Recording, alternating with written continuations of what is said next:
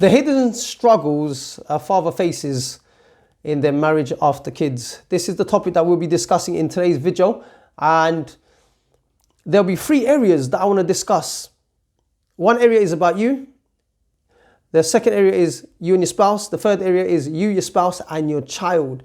These are the areas that I want to delve into. Now, let's look at the dynamics of the relationship. When a child is born, when you have children, it changes up everything between you and your spouse. Why? Because all of a sudden, once upon a time, when you and your spouse were romantic with each other, that drops. And now the focus is on the child. Their intimacy gets affected. The consistency of the intimacy gets affected. You no longer become the forefront of the relationship. It's your child. There's decreased time for intimacy, and also time together with your spouse is decreased. Reason being is because the child is now here. It requires a lot of attention, time, effort, and energy. And this is where it gets a bit challenging. It's like a juggling act. There's different expectations, priorities, and this could lead to miscommunication. There's lots and lots of miscommunications where your partner may expect a lot from you, more support from you, which is all good and well. But if it's not communicated properly, it can cause all sorts of havoc in your relationship. And the thing is, there's times when you will feel left out, disconnected from your partner. Reason being is because the child has drained and taken up so much energy, and they're also trying to look after the family, look after you, look after her or your own well-being. You've got to juggle all of these sort of things. You've got to juggle your own health, the health of your partner, the health of your child. Who comes first? Who is the priority? You or the child, or is it her? And if you're not mindful about these sort of things and are quick to deal with these situations, a lot of misunderstandings will take place. And the whole idea is this: misunderstandings will come through and throughout the relationship.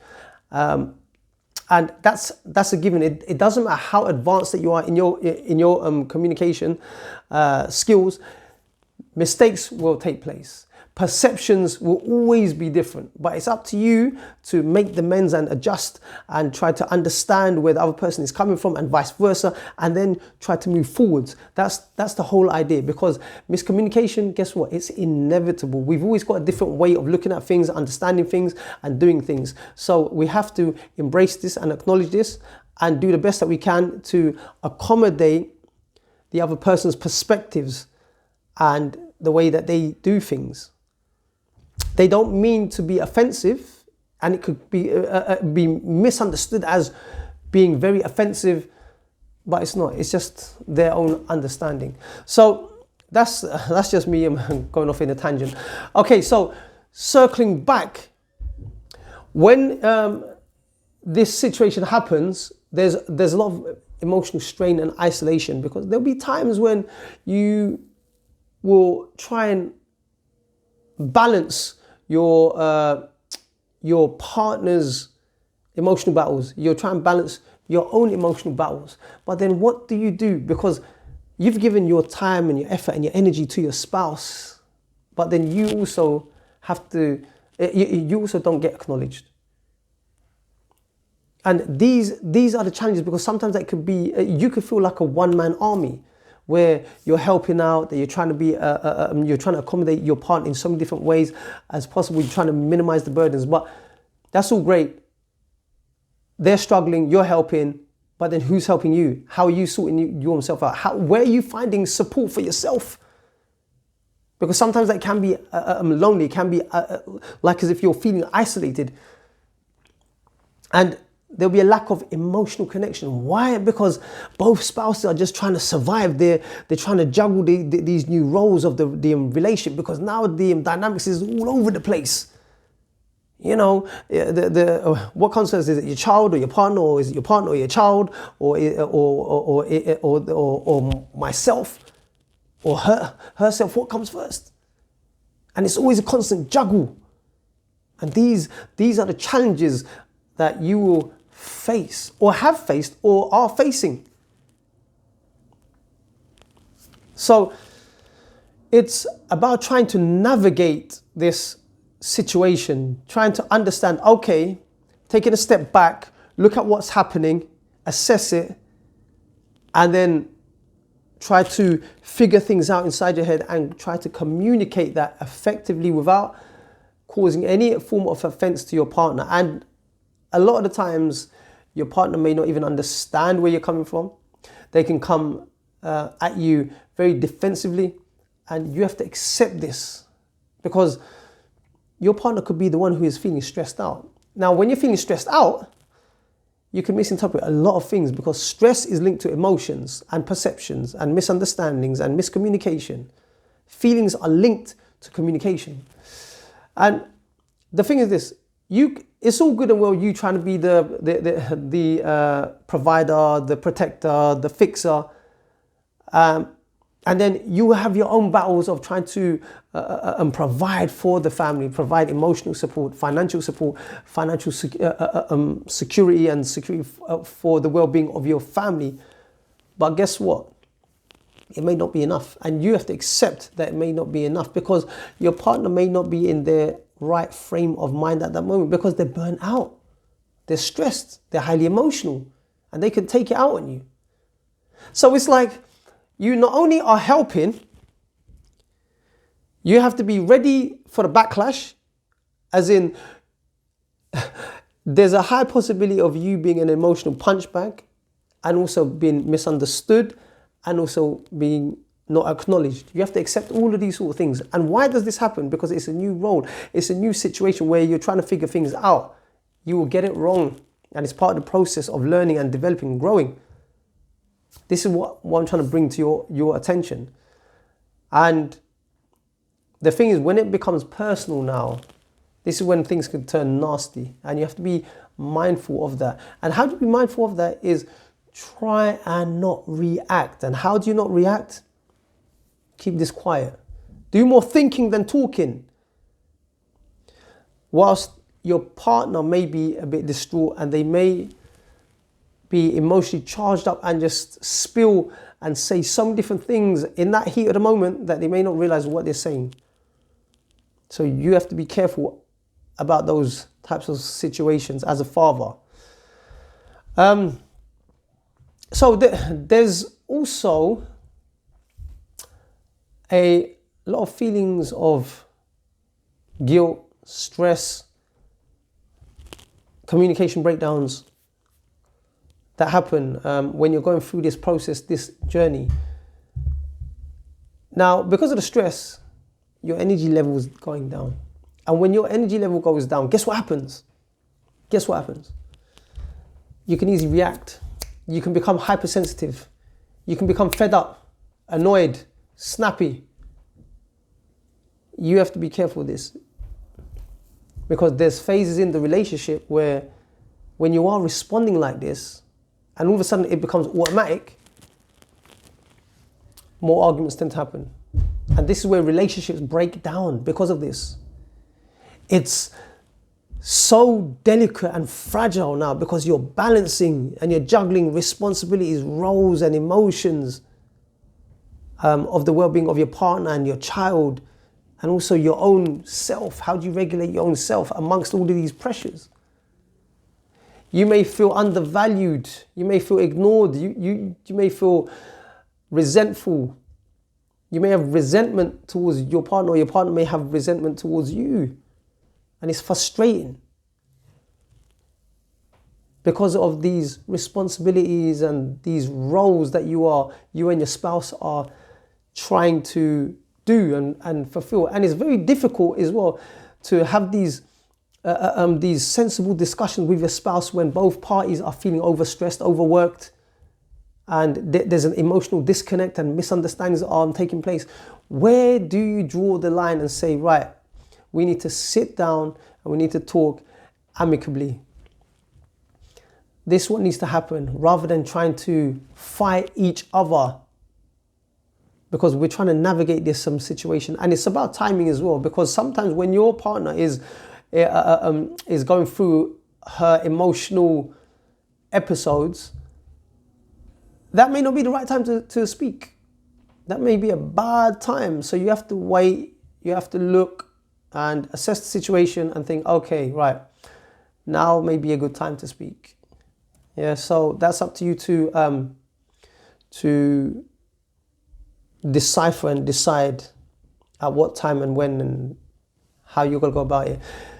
Next thing I want to move on to is there will be also a decline, not only in communication, there will also be lots of frustration, and also your intimacy will suffer because you're now stressed, your partner's stressed, you're trying to figure out your role, you're trying to do your responsibilities towards your child and your family, and you're trying to provide, and you're trying to protect in terms of offer emotional comfort and security, but that's not working.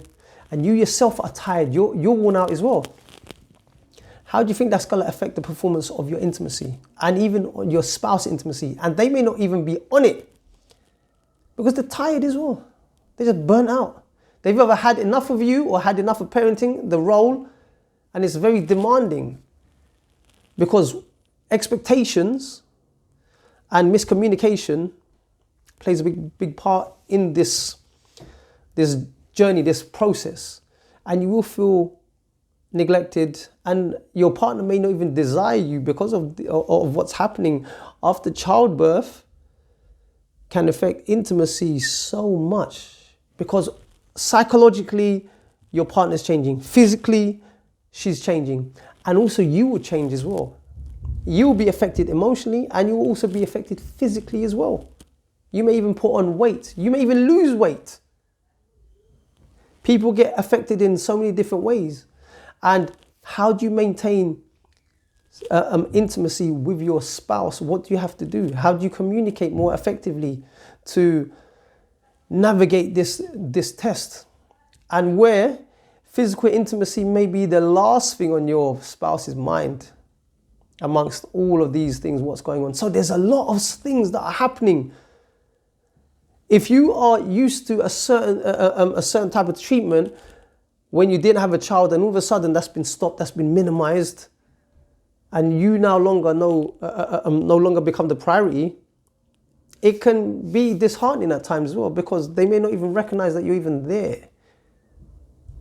It's not that they're doing that on purpose, it's just their focus is just on the child, and sometimes that you have to reel them back, you have to reel yourself back and talk about the situation, to raise awareness and try to work together with your spouse.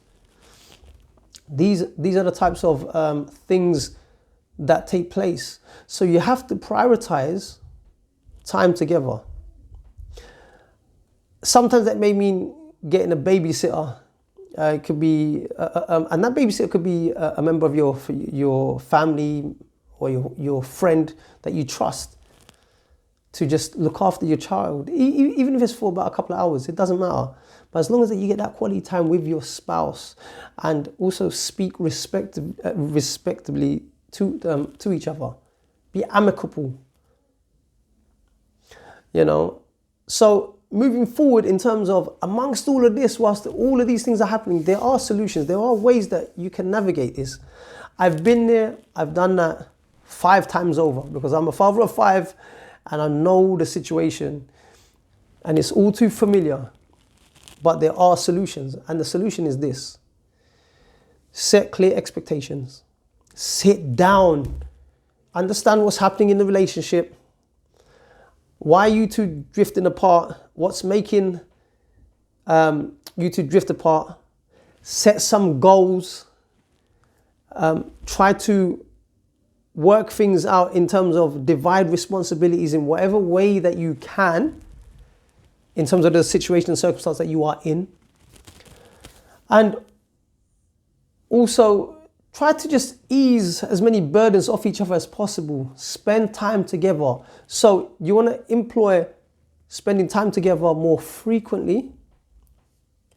And through spending time together more frequently, you're able to discuss future goals for your relationship. Where would you like it to go?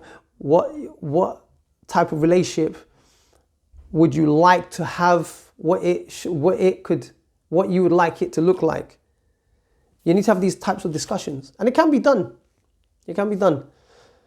It's just about timing. It's just about trying to prioritize each other, because at the end of the day, guess what happens? A lot of people think it's about the child comes first. The child does not come first. This is like a make-believe that we've been brainwashed to believe, but it's not. The child does not come first. Children do not come first. It's the parents come first. The spouses come first together, because this is the foundation. This is like your bricks, your cement.